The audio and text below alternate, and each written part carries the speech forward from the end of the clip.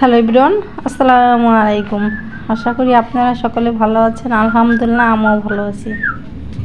তো চলে আসছি প্রতিদিনের মতো আর একটা নতুন ভিডিও নিয়ে। আশা করি আপনাদের কাছে ভালো লাগবে। তার এদিকে রান্না করতেছি, ভাত চড়াই দিছি। আর কালকে চক থেকে আমার ভাগনা মেথি শাক আনছে। তা মেথি শাকগুলো অনেক বড় বড়। আমি আবার বললাম, এত বড় মেথি শাক এগুলা কি নরই শক্ত না? দেখি যে না, ভালোই। আর এদিকে বাজার থেকে 2 মোটা ডাটা আনা হয়েছে, বাটা মাছ দিয়ে রান্না করব। আর এই কাঁচা টমাটো এইগুলা হচ্ছে আমার ছোটো কাকার ছেলে, আমার কাকাতো ভাই, ও হচ্ছে লাগাইছে গাছ, সেই গাছ থেকে দিছে। তা কাঁচা টমাটো দিয়ে আর আলু দিয়ে ভাজি করব, আর মেথি শাক ভাজি করব। আর আলু দিয়ে আর এই বাজার থেকে যে ডাটা আনছে ডাটা দিয়ে বাটা মাছ রান্না করব। তো এদিকে আমি আলু দিয়ে আর কাঁচা টমাটো দিয়ে ভাজি করার জন্য আমি কেটে নিতেছি। এই কাঁচা টমাটো দিয়ে আলুর ভাজিটা ছোটো মাছ দিয়ে করলেও কিন্তু মজা লাগে, আর এরকম আলু দিয়ে ভাজি করলেও মজা লাগে।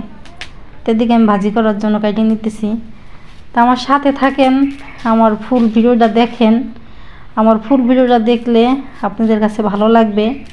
তো স্কিপ না করে ফুল ভিডিওটা দেখেন। আমার ভিডিও দেখে যদি আপনাদের কোথাও একটু ভালো লেগে থাকে, লাইক, কমেন্ট, শেয়ার, সাবস্ক্রাইব করতে ভুলবেন না। ফেসবুক থেকে দেখে থাকলে ফলো দিতে ভুলবেন না। তো আমার সাথেই থাকেন, ভিডিওটা দেখেন।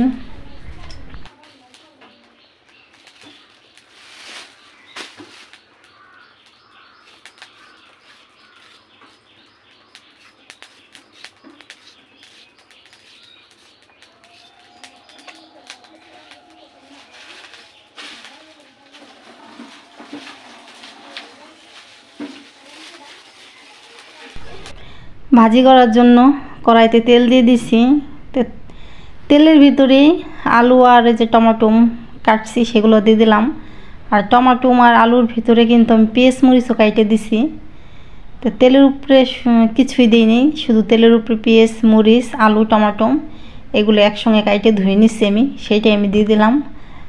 একটু লবণ আর হলুদ দিয়ে একটু মজাই নিলাম। মজানোর পরে পানি দিয়ে যে এখন ঢাকন দিয়ে ঢাইকে দিলাম। এইভাবে ঢাকুন দিয়ে ঢাইকে জাল করে নিব।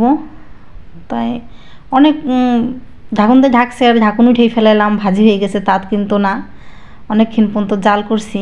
আর যেহেতু আমরা মাটির চুলায় রান্না করি, তাই এখন কিন্তু মাটির চুলা অনেক তাপ আছে। ভাত রান্না করছি, ভাজি রান্না করছি, অনেক তাপ আছে, কিন্তু সেই তাপে কিন্তু এখন ভাজিটা এপিট ওপিট করে নাড়তেছি যাতে রসটা টাইনে যায়। আর এখন জাল দিলে ধাওয়া জালে রস টানবে না।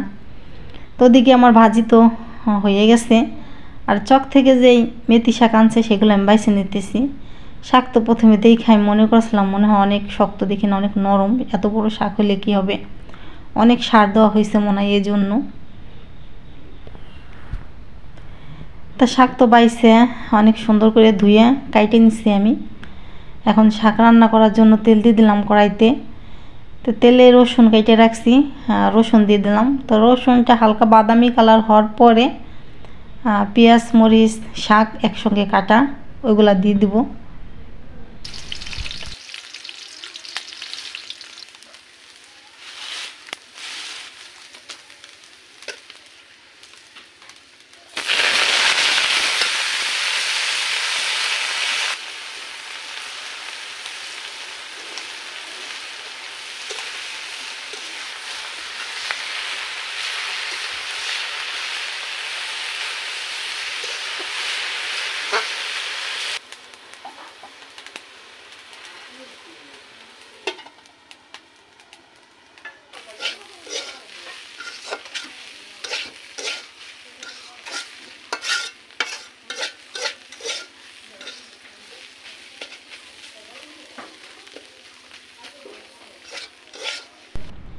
তো শাক তো আমার রান্না করে নেওয়া হয়ে গেল। এখন রান্না করে নেব মাছ। তো এদিকে মাছ ভাজার জন্য হলুদ লবণ মাখাইয়ে রেখে দিছি। তো চুলায় কড়াই দিয়ে দিছি, কড়াইতে তেল দিয়ে পেঁয়াজ দিয়ে দিলাম। পেঁয়াজটা বাদামি কালার হওয়ার পরে এর ভিতরে দিয়ে দিব কয়েকটা জিরা। তো জিরা দিয়ে বাদামি কালার করে নামাই নিব। এটাকে কে কী বলে জানি না, আমরা বলি ফোড়ানি, ফোড়ানি বলে থাকি। তো তো এই ফোড়ানিটা এখন প্রথমেই ভাইজে রেখে দিলাম। এটা মাছ নামানোর আগ দিয়ে, মানে মাছের তরকারি নামানোর আগ দিয়ে এই ফোড়ানিটা বাইটা আমরা দিব। এটা দিলে হয় কি, তরকারির একটা ভালো ঘ্রাণ আসে আর তরকারির স্বাদ হয়। তা এখন ভাইজে নিব মাছ।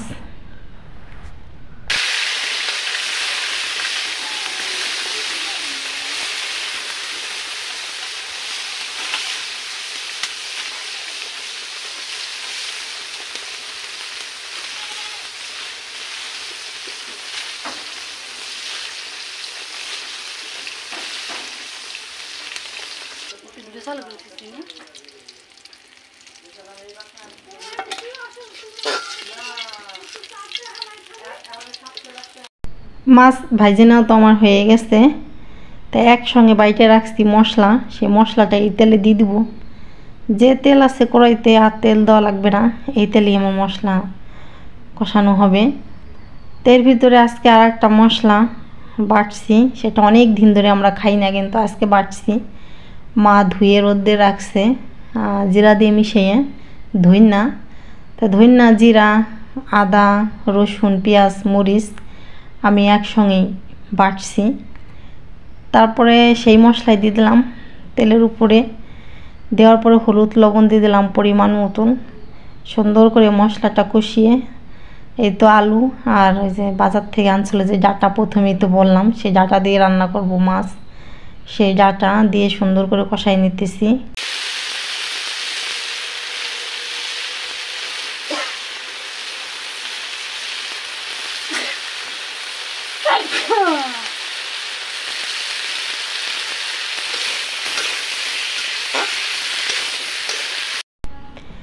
তো কষানো তো আমার হয়েছে, এখন একটু পানি দিয়ে কষাই নিব। মশলা কষানোর ভিতরে দিয়ে অনেকক্ষণ পর্যন্ত ডাঁটা আর আলু কষাই নিলাম। এখন একটু পানি দিয়ে কিছুক্ষণ কষাই নিব। তারপরে এটা কষানো হয়ে গেলে তারপরে দিয়ে দেবো হচ্ছে ঝোলের পানি।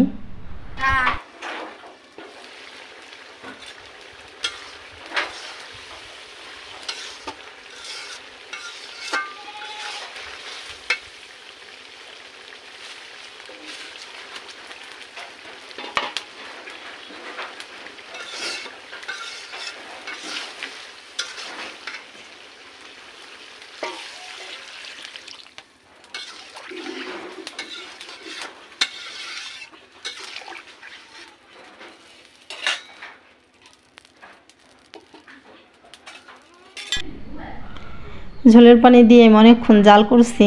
এখন দিয়ে দেবো মাছ। তো মাছ দেওয়ার পরেও আবার কিছুক্ষণ জ্বালাই নিব। আর ওদিকে প্রথমে যে ফোড়ানিটা বাইটে রাখছিলাম, ভাইজে রাখছিলাম, ওইটা এখন বাইটে দিয়ে দেবো।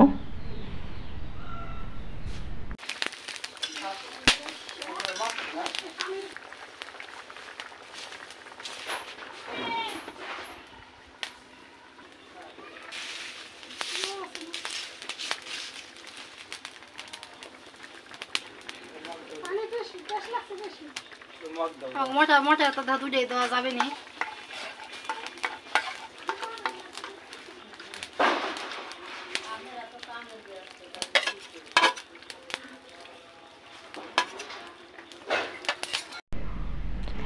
তো তরকারি আমার রান্না করা হয়ে গেছে, আর বেশিক্ষণ জ্বালান লাগবে না। এখনই নামাই নিব একটু লবণ দেখে।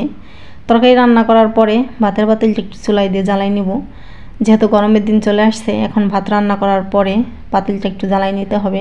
ভাত যেহেতু পাতিলে থাকে আমাদের, যে সময় খাই সে সময় বাইরে নেই।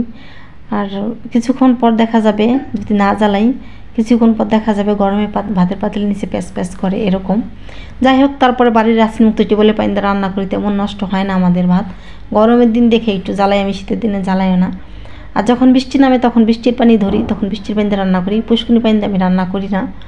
তো যাই হোক, ভিডিও আর বেশি বড় করব না, এই পর্যন্তই। চলে আসবো আপনাদের মাঝে আবার নতুন কোনো ভিডিও নিয়ে। ততক্ষণ ভালো থাকবেন, সুস্থ থাকবেন। আল্লাহ হাফেজ।